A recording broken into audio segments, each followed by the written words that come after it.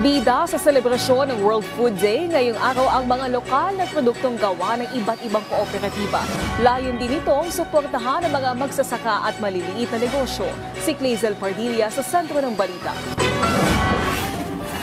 Keso, pandesal, binatog, lugaw at gatas ng kalabaw. Ilan lamang yan sa mga pagkaing libreng ipinamahagi ng Department of Agriculture ngayong araw sa selebrasyon ng World Food Day. Ayan, so may ako nakuha mga milk and then taho, mga pagkain, iba't ibang klase pagkain po. May mga prutas din po sila binibigay like corn, peanuts. Masisave ko yung gastos ngayong araw. Gawa ng mga kooperatibang magsasaka ang mga naturang produkto, dinala at pinagsama-sama sa central office ng ahensya. Layon kasi ng DA na ibida sa publiko ang mga lokal na produkto. Suportahan ang ating mga magsasaka at maliliit na negosyong nakasandal dito na nagsusumikap na makapagbigay ng pagkain sa ating mga Pilipino. Some are coming from Mindanao and some coming from Visayas and Luzon.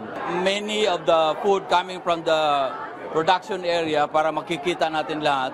And by Wednesday, all of the regional offices will also have an exhibit and display of the foods. 20% cheaper ang price natin dito. Tampok din ang iba pang agricultural product gaya ng sariwang gulay at mga bagong aning prutas. 500 kadiwa store ang binuksan sa iba't ibang bahagi ng bansa na sa 40 rito ay nagbibenta ng tig 29 at tig 43 pesos na bigas.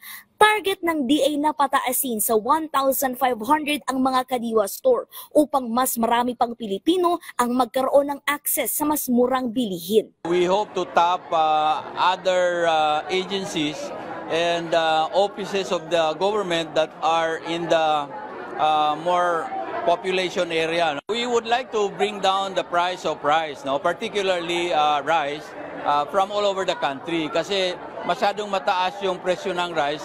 Gusto natin babaan yun na mga at least aabot siya ng 42 or 40 para magkaroon ng affordability yung mga tao.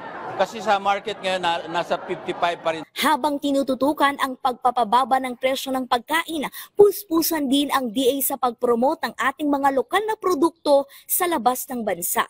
Nakikipag-ugnayan na ang Pilipinas sa New Zealand para magbenta ng durian. Nakatakdaring mag-export ng mangga mula Zambales at Guimaras.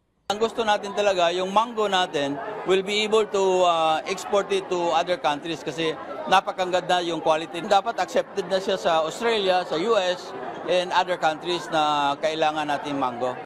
Nakatakdang makipagpulong ang DA sa World Trade Organization para plantsahin ang ilang requirement sa pag-i-export.